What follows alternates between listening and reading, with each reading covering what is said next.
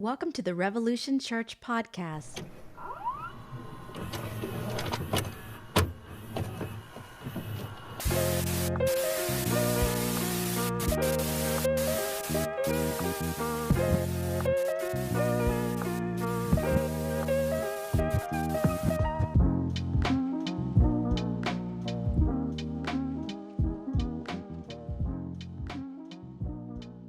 Yeah, I've been wearing bucket hats lately. I don't care.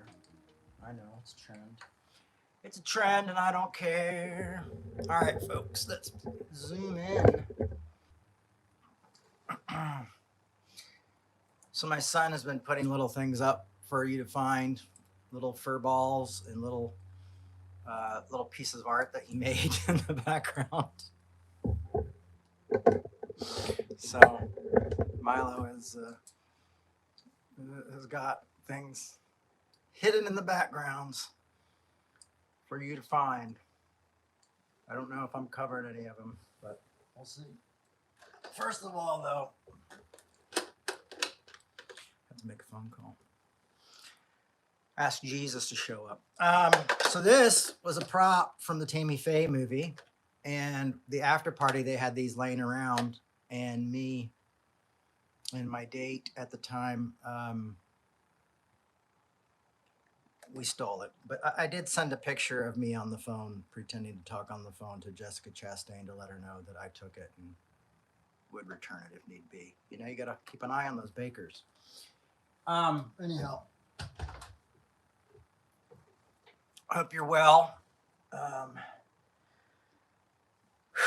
Let's see. School's about to start for the kiddos. That's exciting. Working on my posture. Trying to figure out what I wanted to start out with. Have you ever noticed that hipster preachers, I mean, I don't know who those guys are, but usually use their hipsterness as like they get like a pass to be kind of an asshole. Have you ever noticed?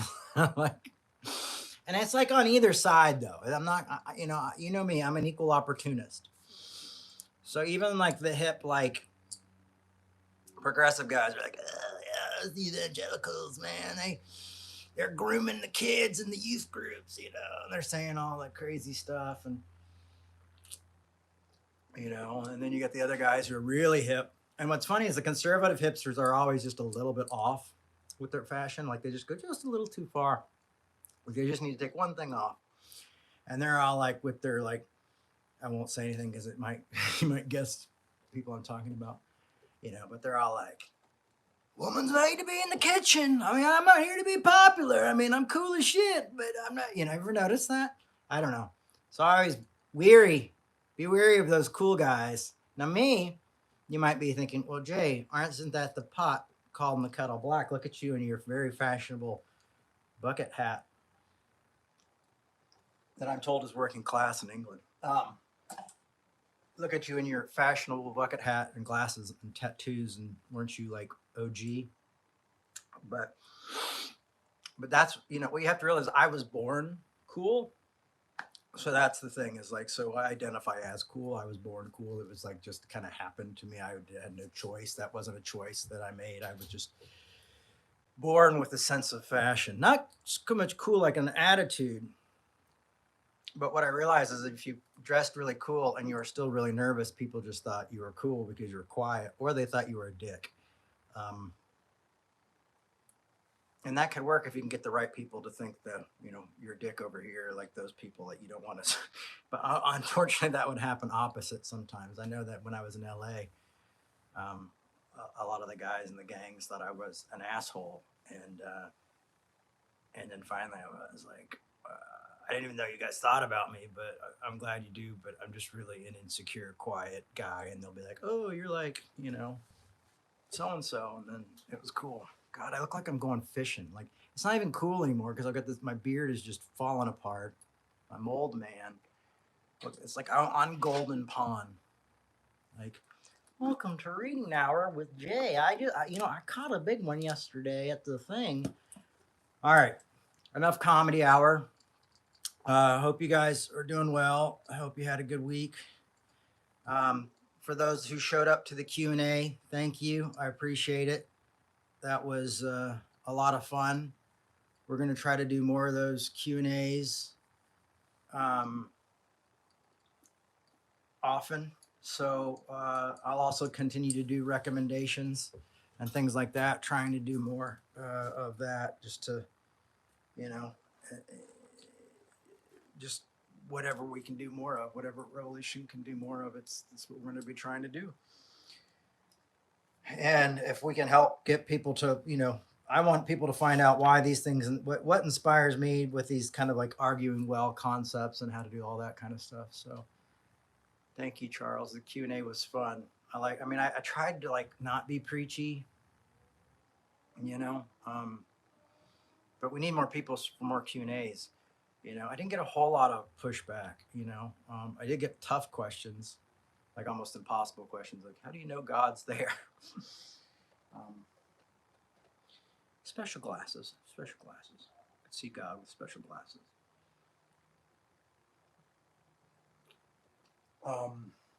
If I seem a bit hyped, it's because I had a large iced tea from Starbucks with no water.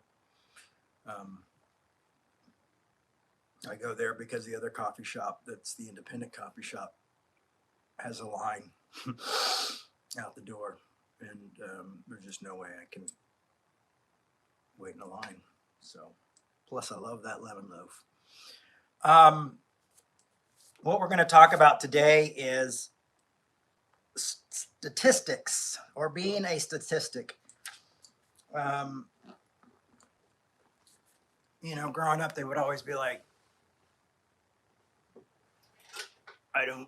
you don't want to be a statistic, do you, kids? In sex education class or things like. We used to actually have that, and I actually thought they were helpful.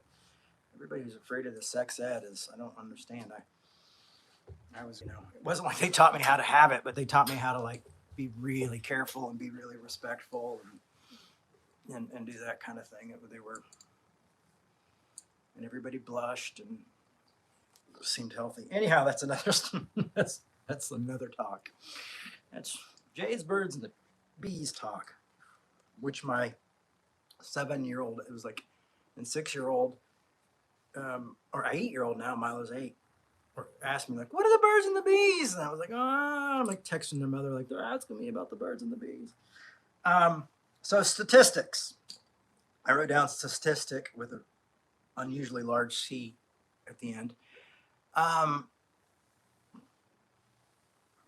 I don't like being one. And but you always hear these statistics like most Americans are blank, fill in the blank, most conservatives are blank, most liberals are blank, most people in the LGBT community are, and we kind of become the statistic, and we kind of become like, oh, and then they take these statistics and they go, let's put them on a chart of all these corporations, and they go, okay, well, this is how we settle this group, and this is how we settle that group, and and we're just being, we're just statistics, we're just numbers, we're just, how do we not piss this group off, and how do we keep this group happy, and keep something crazy from happening. And if you're a monopoly, you don't really care. Like if you like when the Bud Light thing happened, the Bud Light place, we own like every beer there is. So yeah, Bud Light, yeah, we're bad. Oh yeah, don't drink Bud Light. Yeah, I drink that one because we own it too. Ha. Corporations don't really give a damn about you. They help us work when they don't send our jobs other places. Not that helping other countries isn't good, but it's hard to find a job. I was talking to a buddy of mine yesterday who's been trying to find a job for over a year. He said he filled out 200 applications and only had 8 interviews. So I told him I needed to maybe get an AI to fill out his applications for him. But a statistic, I don't want to be one.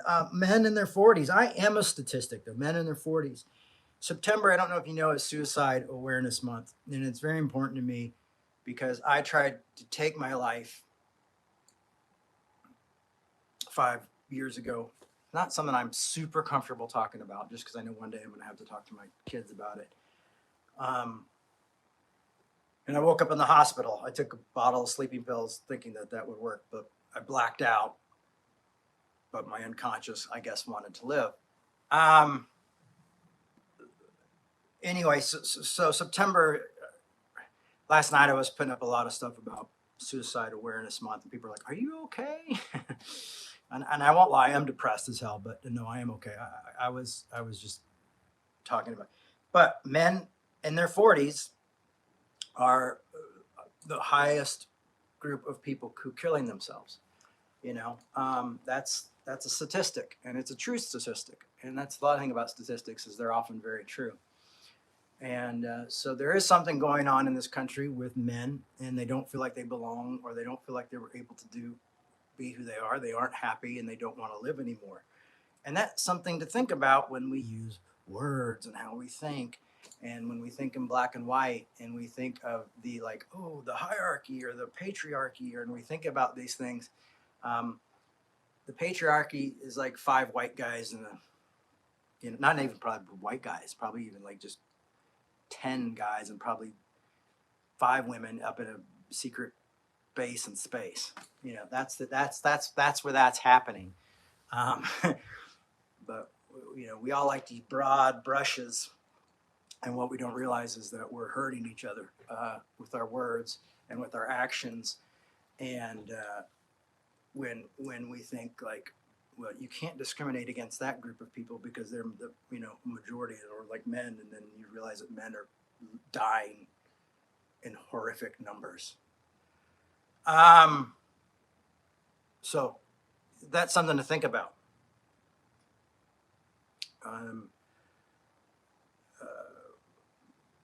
White men, African American men, gay men, they're something to think about. There's another statistic that's not a happy statistic. I don't want to be a statistic, but unfortunately in life we will always be statistics. So we're going to talk a little bit about Hegelian. I don't even mean to bring up Hegel, because honestly he drives me mad. I just bought 3 books on Hegel, just trying to understand the dialectic even more so I can talk about it more, because that's what really interests me with Hegel. And that's a little bit what we're going to talk about here is the contradiction. And we're not going to talk about Hegel anymore from this point on, but there's a contradiction in what it is like to be a statistic and want to be an individual, and how we live within Hegel, yes, how we live in that, above that contradiction, in that truth, if you will. When 2 opposite forces come together, like Batman and the Joker.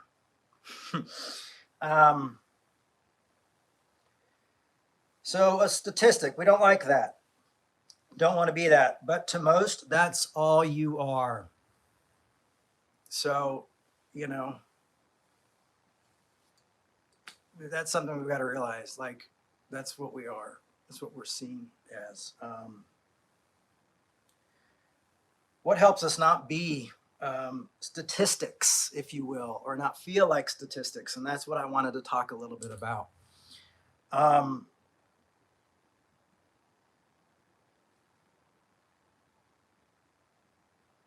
Humanity, often doesn't seem to be enough, because like the human things of statistics this is where they're going to look at statistics. Okay, folks.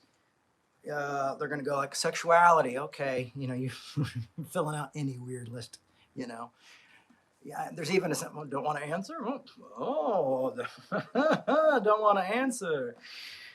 Up to like, did you see what was the last ad for phones you saw on Instagram? Like I don't mind the ads because they're pretty good, but I'm broke right now, so stop with the good ads. There's this Coke bottled colored watch I saw, and I was like, oh, that is cool. Can't do it. But humanity doesn't seem enough to keep us from being a statistic, because they will use your sexuality as a statistic. They will use your race as a statistic. They will use your religion as a statistic. And they will use your gender or your non-gender or your gender bond, gender bi, they will use all these things as a statistics to sell you something, to make something for you, to offer something for you, to make, this is what statistics are about. They're supposed to be like, oh, so we'll, often statistics, like when we fill out like the one for the, for your county, and so they can be like, this is so we know how to get the garbage and know what you need, and and then we find out they're sharing that with other people. And just look at different ads in different parts of neighborhoods and towns and things like that. You'll notice it. So they're going to use all your special things. Like they're going to figure out like, oh, this guy likes punk rock records, so we're going to, oh, but he does like George Michael too, so we're going to have to slip some George Michael in there. And if he likes George Michael, he might like this, guy. So we're statistic, but we must go deeper. We've got to go deeper, not to just be statistics, folks. And these are the things that I feel like help me with this. And they can try to use this. They're going to always try to use these statistics against us and put them into these things against us. But these are things that help me. Art.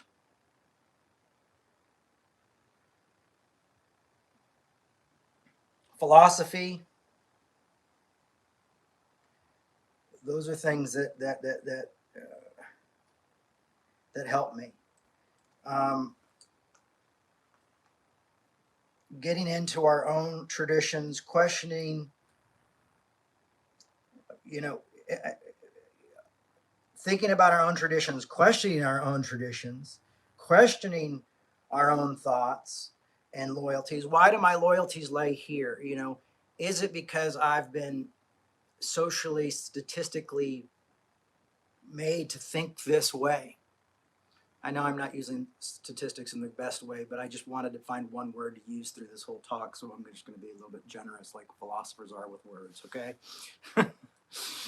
But, am I being generally used this way? Statistically, used this way. And I think what we do is by allowing ourselves to understand philosophy and go deeper in our own thoughts, deeper into our own traditions, and we allow ourselves to express ourselves through art and through enjoying art, through seeing art and doing art, it allows ourselves to think differently. But I think one of the things that philosophy has done for me is question where my loyalties are, what my thoughts are, what my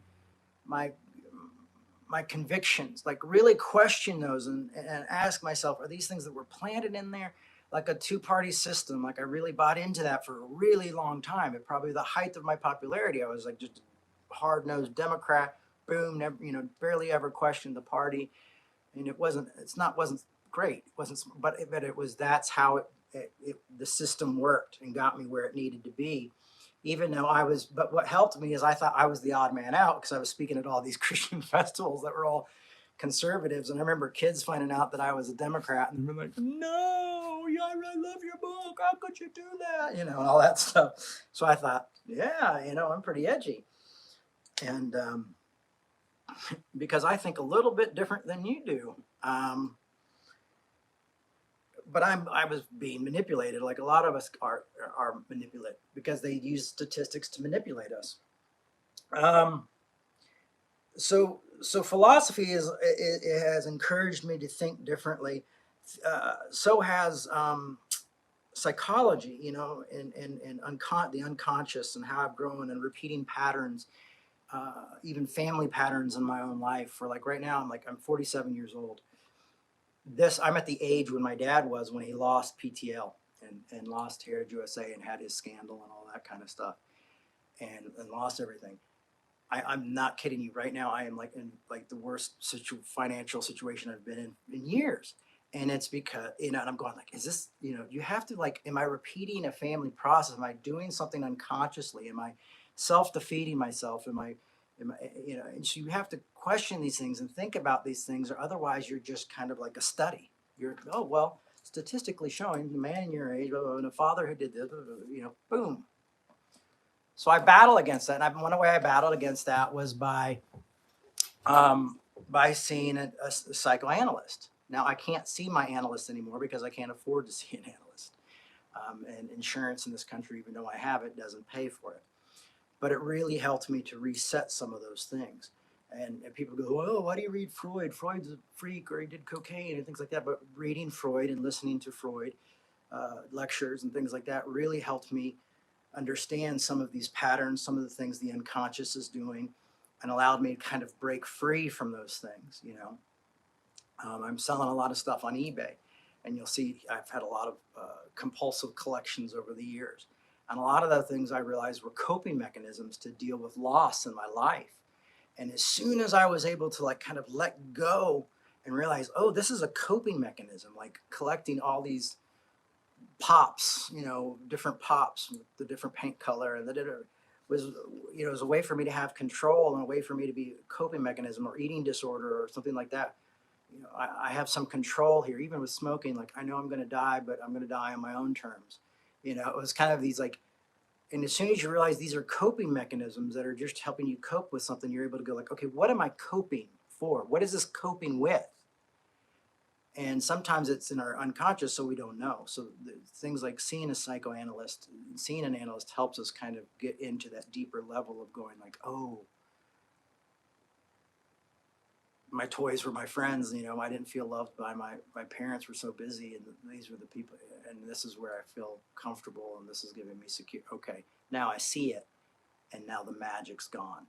Now the completeness that I thought they offered is nothing. I just see plastic and cool shapes of things that I liked, but I don't need them to feel complete or whole.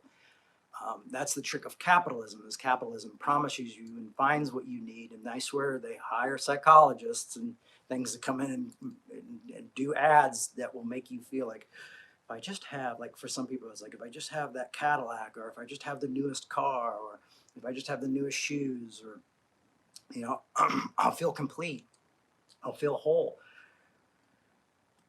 I'm doing eBay right now, and I put my leather jacket up, like my favorite leather jacket, and me and Pete used to joke about, like, I finally found completeness. Like, completeness doesn't really exist. There's always this empty space. There's always that, the gap there.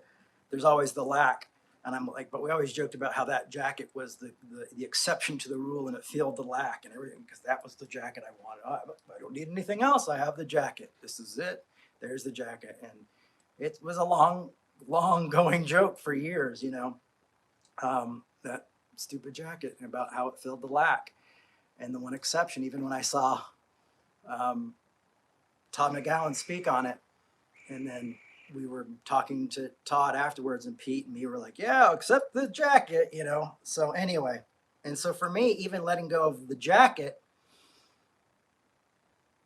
is a huge movement of saying, I've got to let these lies of these promises of wholeness, these promises of complete, I got to learn to embrace the lack myself. And I can lack the jacket. I can lack these things, and not be a statistic, not be the fit into the box, if you will, and go deeper. So are we being marketed to? Of course, we're being marketed to I'm probably marketing to you right now. I mean, I am. I need you to support this so I can do this, and we can have these talks, blah, blah. But hopefully there's something more pure in that, from knowing those things, from admitting those things, for laying the cards on the table and going, this is where we're at. Like, hey, we need your help. I can't go like, hey, I need your help. And if I know you guys need something, like, and God will give you a miracle in your life, and you'll be complete if you support Revolution Church. Your barns will overflow, you'll get a barn. But I can't do that, because I know it's not true. This revolution will get better, and you might get more out of it. That's the best I can offer you.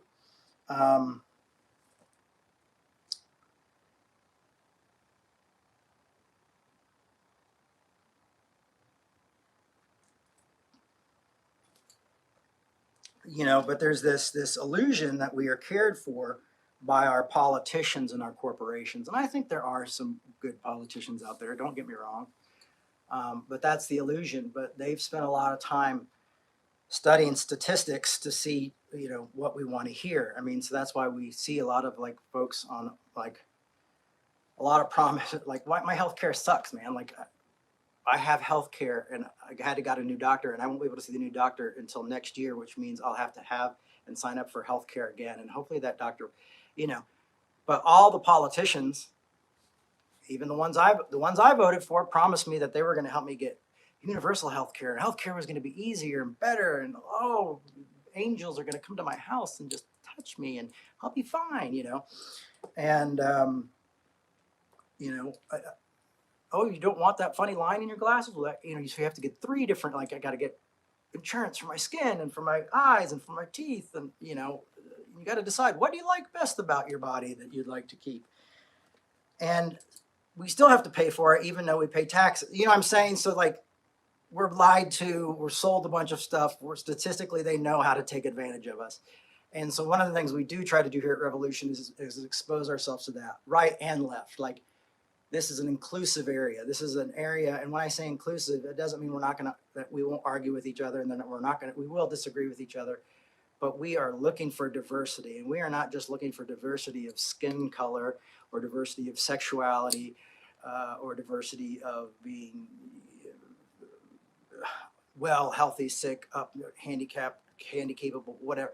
But we're looking also for diversity of thought and thinking differently. And that's what I love. I mean, one thing I loved about the Q&A was I was getting questions that were really hard for me to answer, of like, I never feel God. Where is God? Why do you believe in God? How do you know what, and I had to answer those questions freaking honestly. And I grew up not hearing honest answers to those questions, And a lot of the times the reasons I didn't hear honest answers to those questions was because it's like I was offering, like a lot of times pastors and speakers and religious people and politicians are offering to fill that lack. They're using capitalism in their own way of saying, well, you'll gain something. I will give you the secret knowledge that you're dying for. And what I want to tell you, and what I've learned is, I remember talking to Pete one time about his philosophy, pyrotheology, and I'm like, dude, you should do like an introduction book to pyrotheology. And I kept bugging him about it. He's like, no, that's not really my thing. And what I realized is, like, no introduction to any philosopher is usually any good. And so I said, well, I understand this and this, because Jay, you know why you understand these things is because you've done the work, you've read the books, you've taken the time and studied.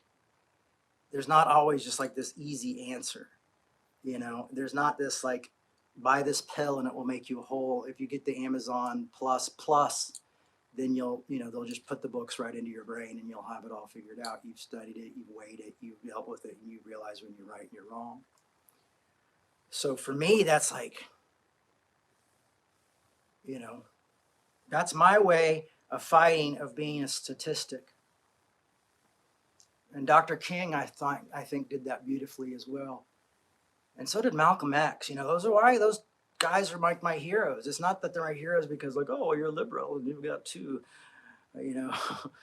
black heroes. How progressive of you. It's not. It's like these guys were able to move and think and change their minds and see things differently and see people not as enemies, but people that were either really ignorant in the true sense, not like ignorant, like I'm ignorant and evil. It's like they didn't know any better, or that they were victims of misinformation. And that's what we're dealing with a lot, is people who are just victims of misinformation,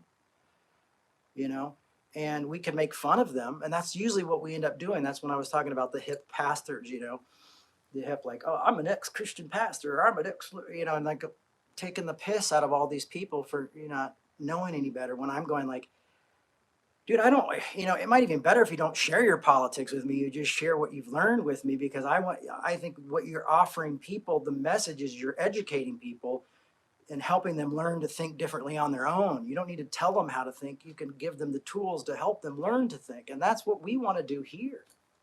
And that's what I want to see you guys. And I do, I talk to you guys in my DMs, and you're doing it. And you ladies and gentlemen and all you folks, you're talking to me. You're saying, oh, I had this conversation and I got this beautiful note from somebody recently who was like, yeah, you told me to stick around and talk to church people, and I didn't want to do it, and it really pissed me off that you said it, and I did it, and I've seen change. It's like, I'm not trying to toot my own horn because I've suffered a lot to be there. Like, my depression is attacking me every day. I'm having to use everything I learned in DBT. I'm having to use everything I've learned with my psychoanalyst.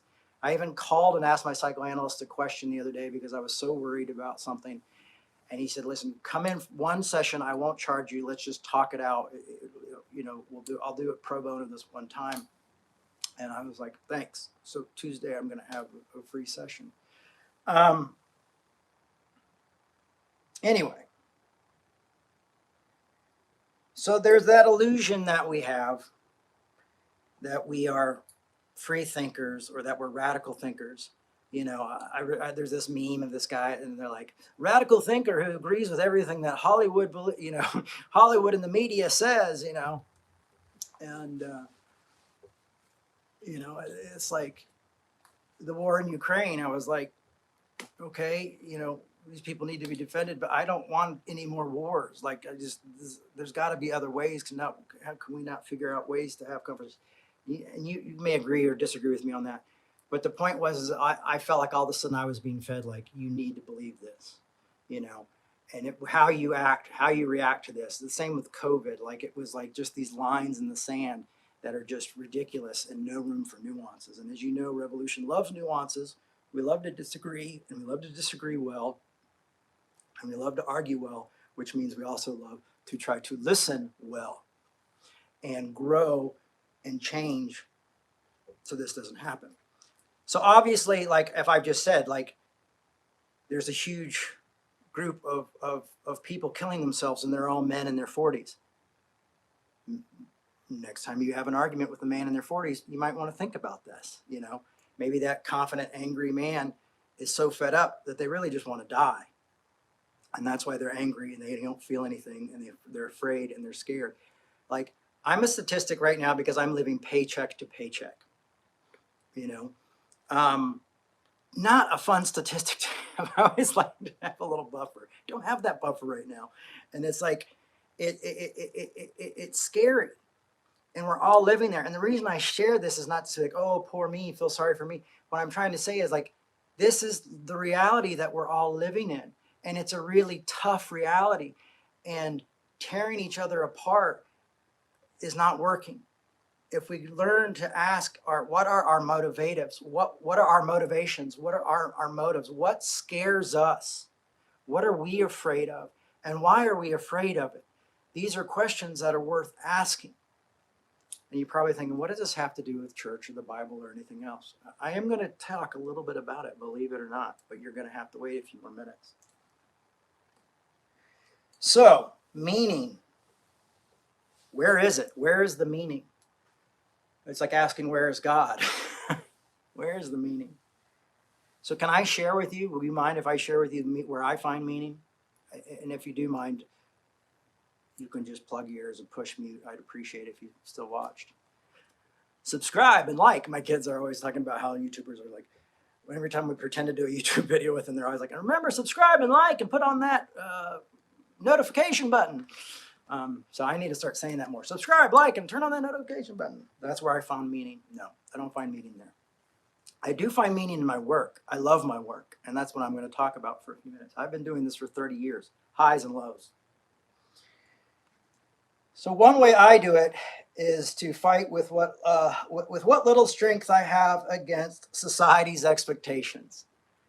I have been told most of my life, during my depression, during my let me go back to that Suicide Awareness Month, during my time where I tried to take my life, where I was very depressed, most of my friends who are in pastoral work, and one of my friends who had left and become a Universalist Unitarian, all these people who I respected quite a bit, telling me to quit. Quit.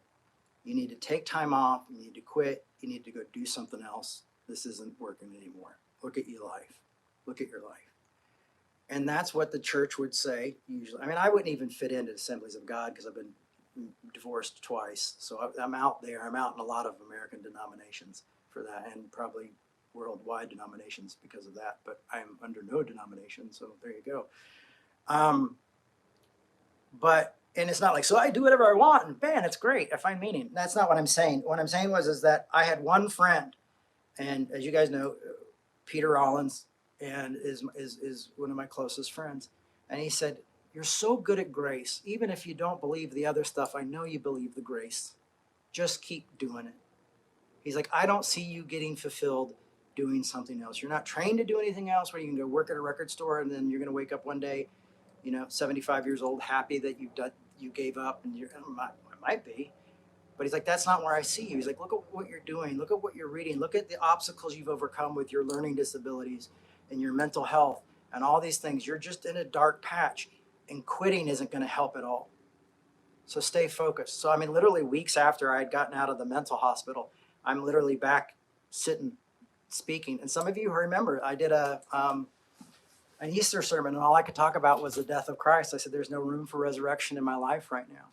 And I remember my buddy Caleb, who we lost, last year, just sat there and cried, and that was like, okay, I'm doing the right thing, So it's trying, like, everybody's been like, do something else, do something else, do something else, give up, give up. And even my brain and my depression, give up, give up, give up.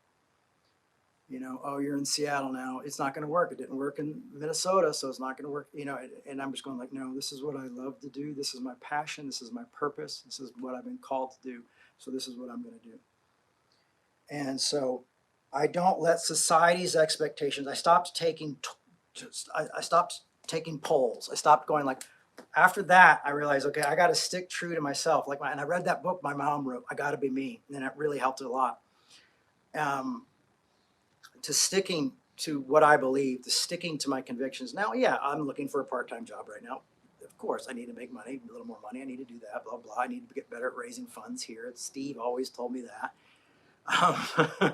So, I'm trying to do all those things and be better at those things. Because it allows me to do what I'm passionate about and not feel like a statistic, to not feel like I've got to live in a capitalist system that's going to beat the life out of me. I want to live life well, even if that means making sacrifices. And that's what I tell my kids sometimes. Is like, hey, listen, Dad doesn't have as much as this person or that person.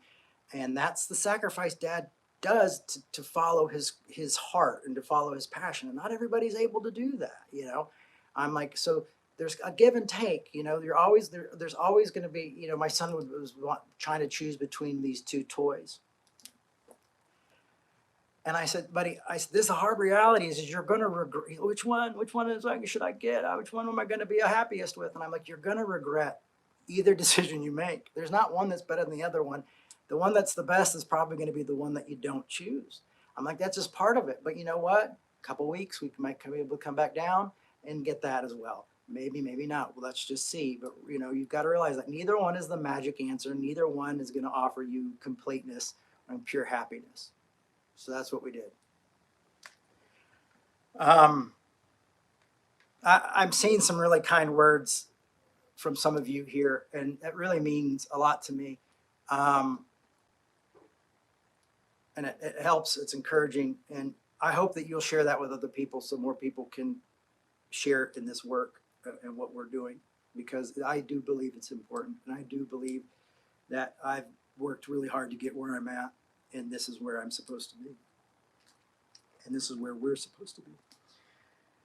So one thing I've done in my life to continue to do my pursuit of not feeling like a statistic, even in religion, is why we call Revolution a gathering rather than a church service. Because I just see the church and I see this division and I see all this, and I just don't want any of it. I really don't. I try to avoid it. The most church stuff I see is when I go onto the Revolution Instagram page, because we do follow some churches and some ex-Christians and some different things like that, because they follow us. And so we follow them back. And so I see some of that stuff. And I would love to have conversations with these folks, but I don't necessarily want to watch the material that's being produced by a lot of these folks. I view religion, philosophy, scholarship, theology, films, music, and most books, even comic books sometimes, as my paint and brushes. What I realize about being me and being true to myself is that realizing that what I do is an art. And so I'm not comfortable being the pastor or, and I don't have the, degree of being philosopher or theologian. And these are all things I love and that I'm very passionate about and care a lot about. And now scholarship is I've just become alive with scholarship. Dan actually is helping me with books on good scholarship. Dan McClellan, who's this really cool guy and been really great by offering me all these different tools to use for decent scholarship. Side note is, which we are going to do in the next few months, I'm going to start a separate study on the book of Romans. I haven't done Romans in years, and I think it's time to do it in a very scholarly look at Romans, the book of Romans. But for me, these things are all my paints and my brushes and my tools to do my art. I feel why I relate more to reading a book written by a musician or by an artist, by an actor or by a creative person, a painter, than I do when I read a book by a pastor or a preacher, is because I just feel that there's something within me that just identifies to being truth to art. That's why that book I read by, what's his name? Why is it escaping me right now? It should be right around here somewhere. Rick Rubin's book. Anyway, Rick Rubin's book really inspired the hell out of me. So did the Nick Cave book. Those are just, so did John Lydon's book. So did Don Lett's book, but also reading Dr. King. He got obviously an exception to that, and reading Gandhi and different things. There are people who inspire us, but inspire us to be true to what we're. So what I'm saying is not that you have to see what you do as an art form, but that helps me. That helps me wake up and think differently, and not think the same way a preacher may be thinking, or how do I do this situation, or how do I not reaching into my cultural bag of things I'm supposed to be. Well, this is what this type of person does, rather than seeing it as an art and a canvas. And that art is important to me because I want you to see it the way you want to see it and reflect the way you want to see it and get the best from it. And I hope it communicates reconciliation and grace and conversation and speaking well and listening well and being patient and kind with each other. So for me, this work is a form of art. I feel silly saying it. Like I am over explaining it because I honestly feel embarrassed sharing it with you. It's kind of something that I've said every now and then, but I don't say a lot because I'm kind of embarrassed about it. But I'm saying it so you don't feel embarrassed about your truths, the things that you feel and the things that you say and the things that you're passionate about. So there you go. There, uncomfortable truth for me. For you, you guys are like, oh, whatever. Or, oh, Jay thinks he's an artist. Oh, fancy. It's not even like that. I might come on with a beret and a little thing around my neck and a long cigarette, but I don't think that'll happen.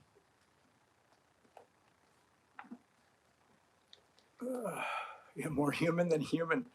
I've been called, I had a sponsor in AA said that I was haphazardly human. And I kind of like that, and I kind of stick with that. Jay Baker, haphazardly human. I might actually be in one of my Twitter or something.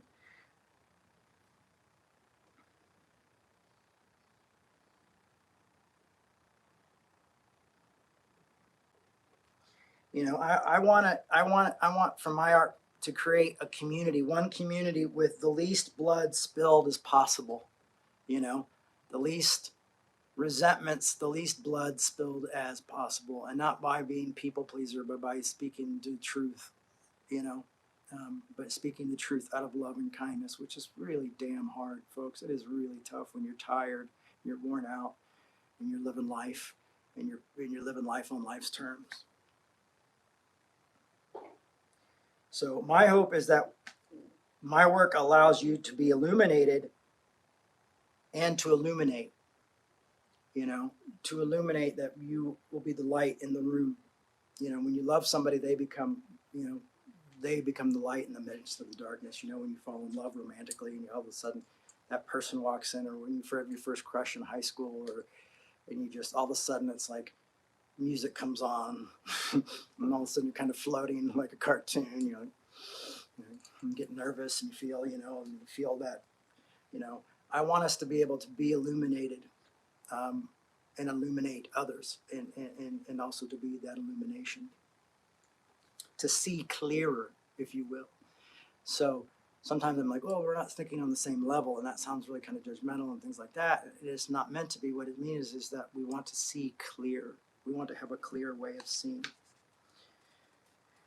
Now, here's the thing, is if you think getting your vision clear and having your vision and being, I was blind and now I can see, is a great thing, then I really want to encourage you to read John chapter 9. All of chapter 9 is Jesus healing the blind man, and then the Pharisees being very angry about this man having his vision back and questioning him and questioning his parents. And his parents don't want to say anything because they don't want to upset the religious people who were in control at the time. It is a mess. This man now has a vision. He has his vision. He's been blind since he was born. Now he sees. And I think it's a great allegory that comes with this, that points well up for us to remember that's part of it.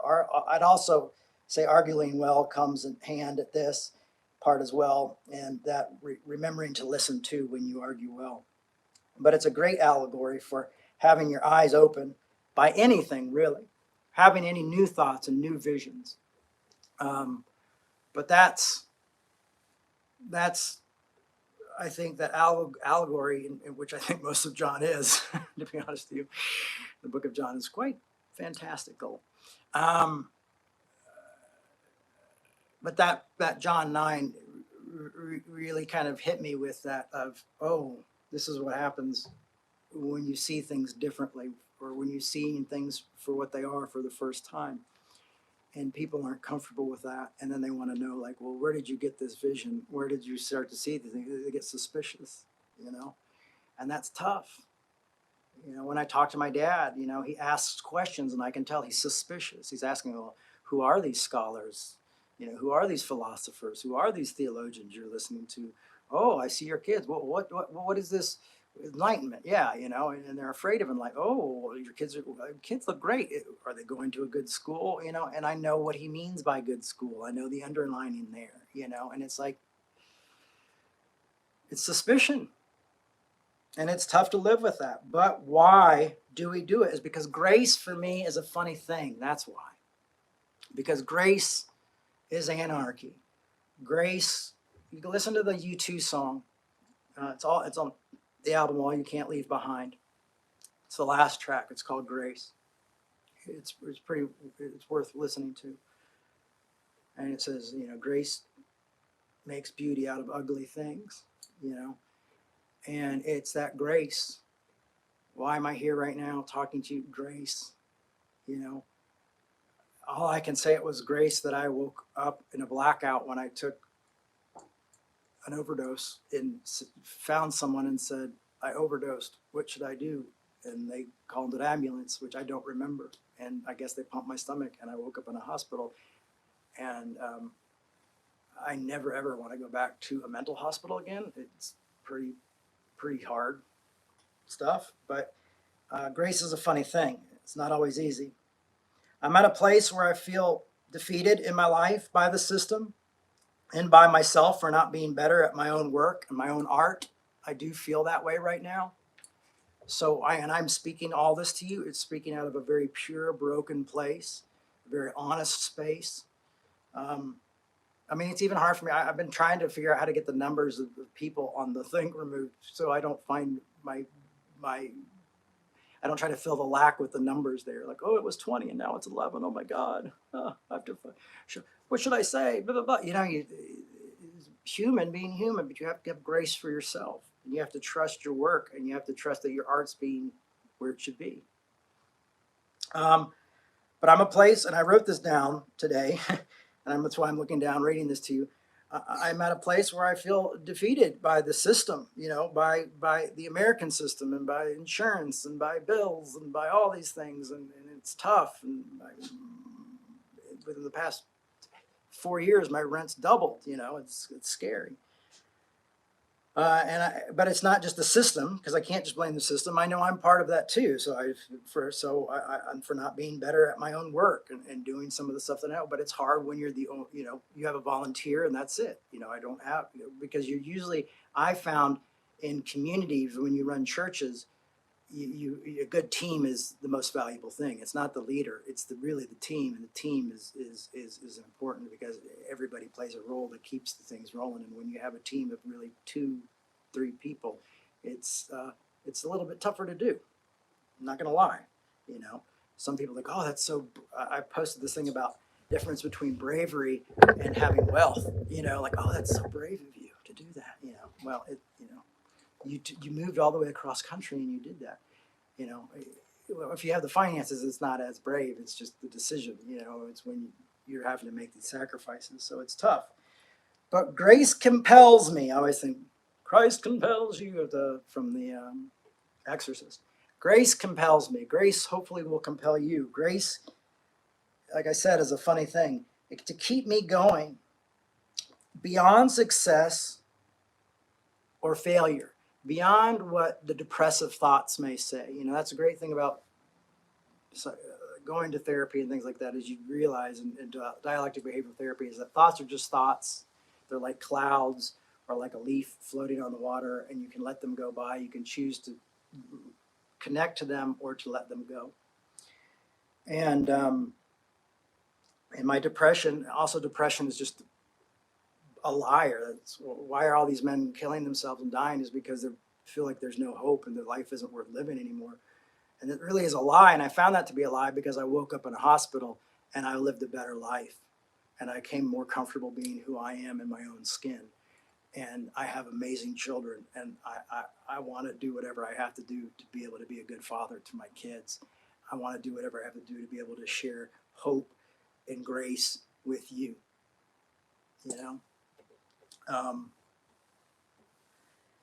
So I'm going to give you my best explanation would be in a verse. For the best explanation of why I continue to do the work I do, why I feel like the fight is worth it, in a verse. So I just picked the verse that I thought would be great for that, and goes along with that. Hopefully, that Romans study we'll be doing soon, which I shouldn't have told you about because now it's going to make me feel nervous. I was just like, keep your cards. So then you get it prepared and you're like, hey, we're doing Romans. And then everybody's like, oh, great. It's happening. Rather than, hey, when are we going to do that Romans talk? That Romans study. Romans 8. Romans 8:35. I'm going to read it and then I'm going to give an explanation and then we're going to call it a day, folks. But Romans 31 is a great place to start, but for time, we're going to start at 35. Who will separate us from the love of Christ? Will hardship or distress or persecution or famine or nakedness or peril or a sword? As it is written, for your sake, we are being killed all day long.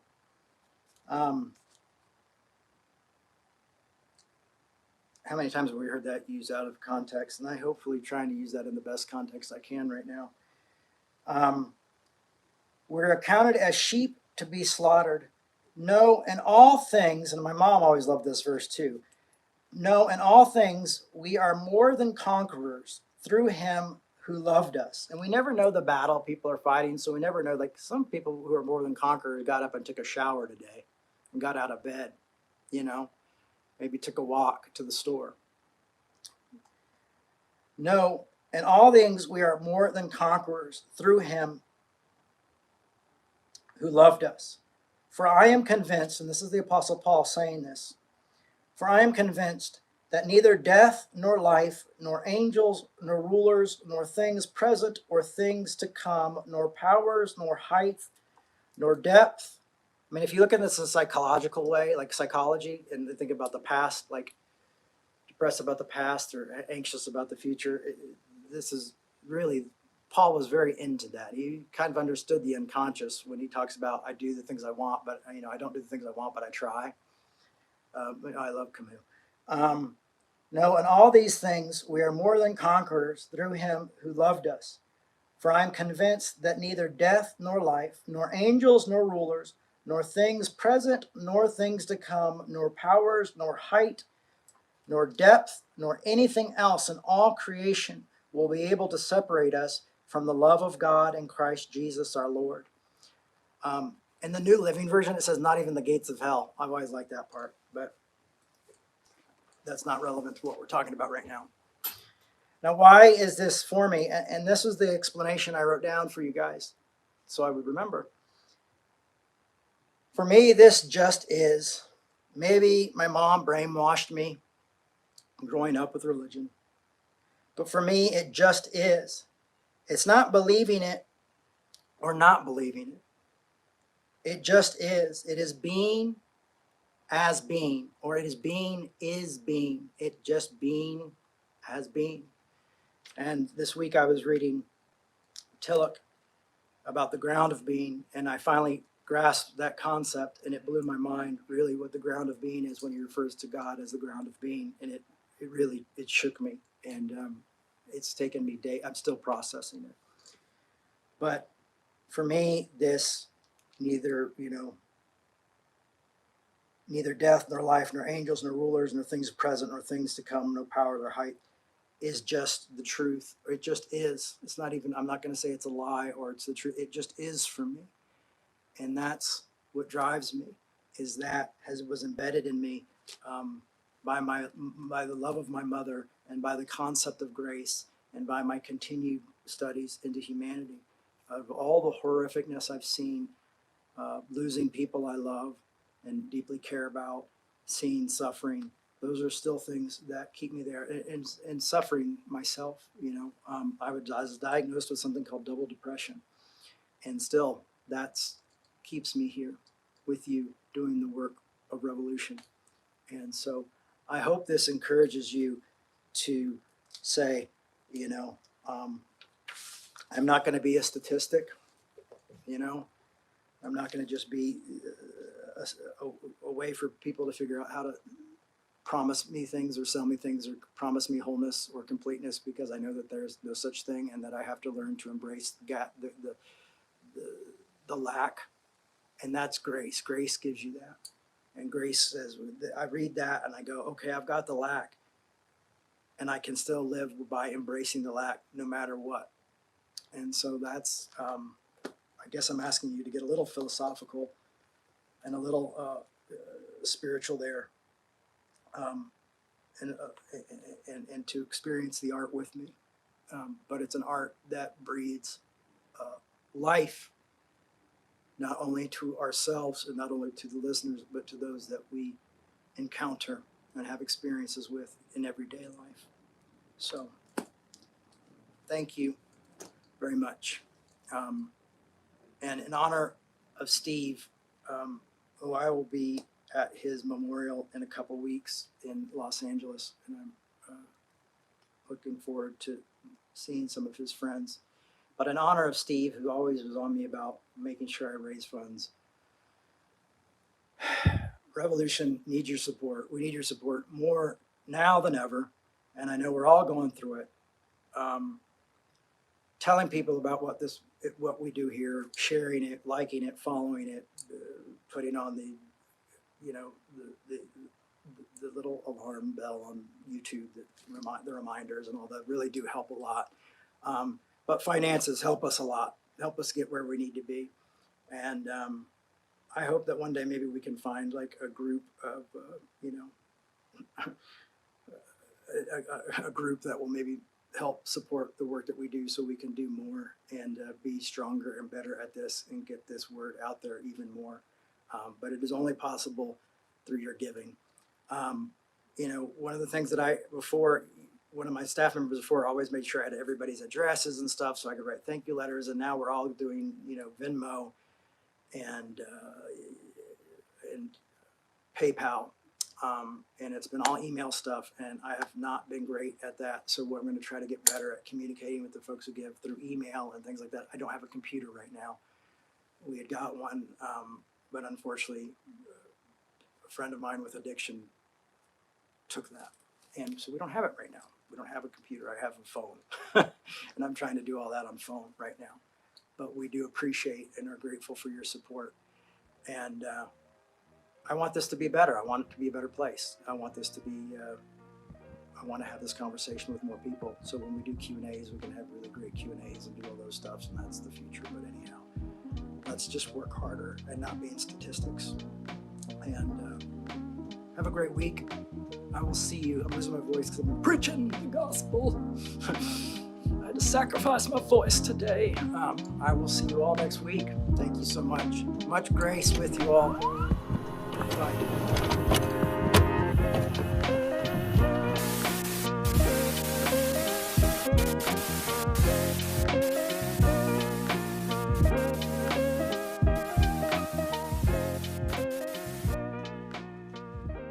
Thanks for listening. We hope you enjoyed this podcast. To make your 100% tax-deductible donation today, please visit revolutionchurch.com/donate. You can also learn more by clicking the donate section on the website.